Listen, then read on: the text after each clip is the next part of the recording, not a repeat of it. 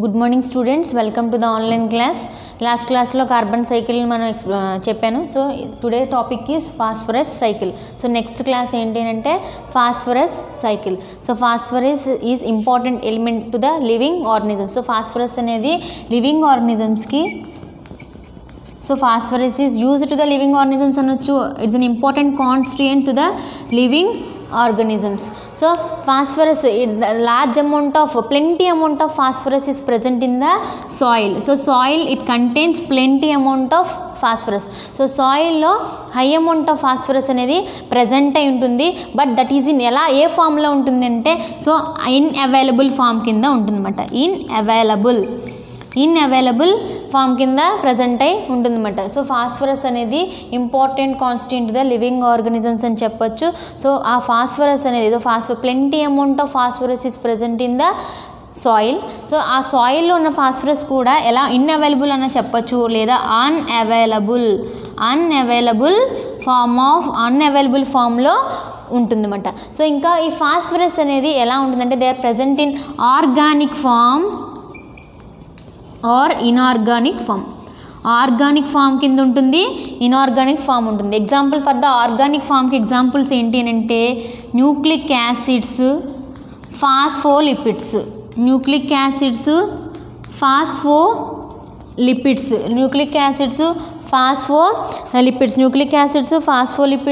And nucleoproteins. These are the example for the organic form. Next, inorganic form examples ఏంటంటే phosphate. Inorganic ఫామ్కి examples ఇక్కడ ఏంటంటే phosphate. And so ఇంకా next ఏంటంటే animal possessing bones, they have large amount of phosphorus.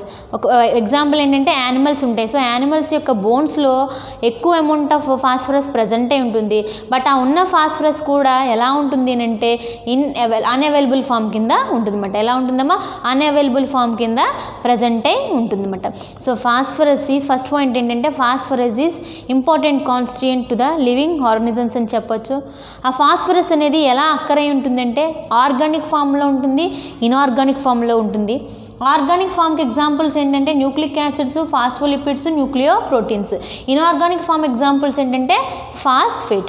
ఇంకా examples ఇంకా ఎలా చెప్పుకోవచ్చు అంటే ఫాస్ఫరస్ అనేది ఎక్కడ ప్రజెంట్ అయి ఉంటుంది? So phosphorus is present in animal bones. Animal యొక్క బోన్స్లో ఫాస్ఫరస్ ప్రజెంట్ అయి ఉంటుంది. ఉన్న ఫాస్ఫరస్ కూడా ఎలా ఉంటుందంటే అన్అవైలబుల్ ఫామ్ కింద, ఇన్ఆర్గానిక్ ఫాస్ఫరస్ అనేది ప్రజెంట్ అయి ఉంటుంది. సో ఫాస్ఫరస్ అనేది మెయిన్గా ఎక్కువగా plenty amount of phosphorus present in the soil, but it is not useful to the plants. ఎక్కువ అమౌంట్ ఆఫ్ ఫాస్ఫరస్ అనేది ఉంటుంది, బట్ అది ప్లాంట్స్కి యూజ్ అవుతుంది. ఎందుకు యూజ్ అవుతుంది అంటే they are in unavailable form కింద ఉంటుంది కాబట్టి ప్లాంట్స్ ఆ ఫాస్ఫరస్ని యూజ్ చేసుకోలేవు. సో ఇక్కడ మీరు మరి అన్అవైలబుల్ ఫాస్ఫరస్ ప్లాంట్స్కి యూజ్ అవ్వకపోతే మరి ఇంకా ఫాస్ఫరస్ సైకిల్ ఎలా ఉపయోగపడుతుంది? సో అన్అవైలబుల్ ఫామ్ కింద ఉన్న అన్అవైలబుల్ ఫాస్ఫరస్ కాస్త అవైలబుల్ ఫామ్ కింద ఎవరు కన్వర్షన్ చేస్తారు? The unavailable form of phosphorus is converted to available form by PSM. Phosphate solubilising micro organisms అంటారండి. Phosphate solubilising micro organism unavailable form కింద ఉన్న ఫాస్ఫరస్ని అవైలబుల్ ఫామ్ కింద మారుస్తుంది. ఎక్కడండి? Soil it present plenty amount of phosphorus and it unavailable form, and its unavailable form is converted to the available form by the PSM. ఎవరండి? Phosphate solubilising మైక్రోఆర్గనిజమ్స్ అనేవి unavailable form కింద ఉన్న ఫాస్ఫరస్ని అవైలబుల్ ఫామ్ కింద conversion అనేది చేస్తుందన్నమాట. Next, so ఈ phosphorus cycle అనేది ఎలాగా జరుగుతుంది? సో కార్బన్ సైకిల్లో మనం 2 వేస్ చెప్పుకున్నాం. అలాగే ఫాస్ఫరస్ సైకిల్ అనేది ఎలా జరుగుతుంది అంటే ఒకటి mineralisation. First one is mineralization and second one is solubilization. Mineralization ఒకటి, సాల్యుబిలైజేషన్ ఒకటి, పదాలకి అసలు మీనింగ్ ఏంటి. Mineralisation, it is made up of minerals. And solubilisation it means soluble, it is melt into the water or any other form. So కరిగిపోతుంది కాబట్టి solubilisation అంటారు. And mineralisation made up of minerals కాబట్టి mineralisation అంటారు. So mineralisation అనేది ఎలా జరుగుతుందంటే conversion of organic phosphorus into insoluble organic form కింద మారుతుంది.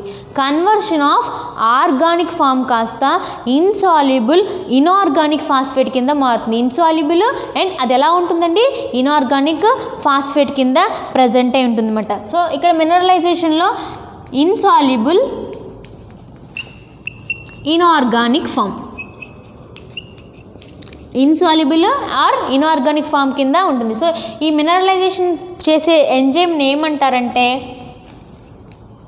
ఫాస్ఫటేజ్. ఇక్కడ ఇన్వాల్వ్ అయ్యే ఎంజైమ్ ఏంటి అండి, ఫాస్ఫటేజ్ అనే ఎంజైము ఇన్వాల్వ్ అయి ఉంటుందన్నమాట. సో ఇక్కడ ఎలా జరుగుతుంది, ఈ మినరలైజేషన్ ప్రాసెస్లో ఏముంటుందంటే organic nitrogen compounds, sometimes it produce organic nitrogen compounds అనేవి.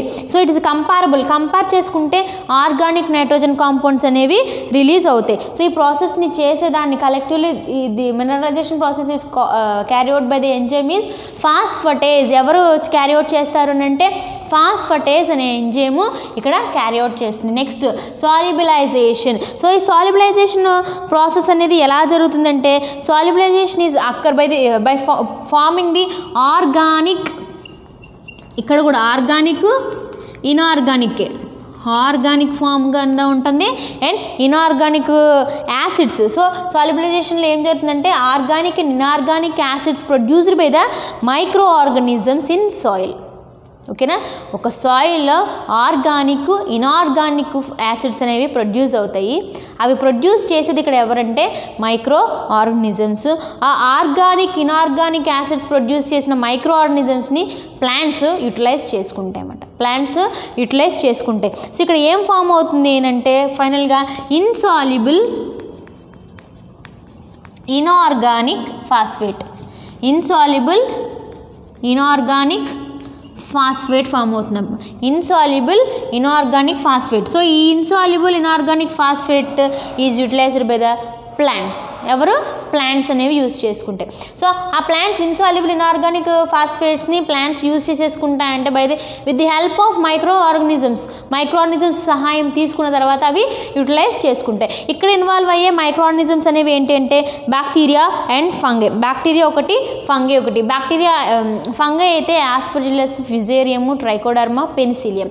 అండ్ ఒకవేళ బ్యాక్టీరియా అయితే Bacillus and Pseudomonas, Micrococcus, Flavobacterium. ఇవి సాల్యుబిలైజేషన్ చేస్తాయన్నమాట. మనం ఆల్రెడీ కార్బన్ సైకిల్లో చెప్పాను decomposition is carried both bacteria and fungi అని చెప్పాను కదండి. అలాగే ఇక్కడ కూడా solubilisation carried by both bacteria and ఫంగైకి ఎగ్జాంపుల్ ఏంటంటే Aspergillus, Fusarium, Trichoderma, Penicillium. And బ్యాక్టీరియాకి ఎగ్జాంపుల్స్ ఏంటి అంటే గ్జాంతోమోనాస్, సూడోమోనాస్, బ్యాసిల్లస్ అండ్ ఫ్లావోబాక్టీరియము, మైక్రోకోకస్ అన్నమాట. అది. So this is short answer అమ్మ. సో ఫాస్ఫరస్ సైకిల్ అనేది మీకు షార్ట్ ఆన్సర్, లేదా ఇండివిజువల్గా మీకు పిఎస్ఎం అని కూడా అడుగుతాడు. PSM phosphate solubilising micro organism. ఇందాక చెప్పాను అన్అవైలబుల్ ఫామ్ కింద ఉన్న ఫాస్ఫరస్ని అవైలబుల్ ఫామ్ కింద మారుస్తుంది. In soil plenty amount of phosphorus is present and that is in unavailable form. ఉన్న సాయిల్లో అంత ఫాస్ఫరస్ ఉన్నా కూడా ఎటువంటి ఉపయోగం ఉండదండి. సో ఆ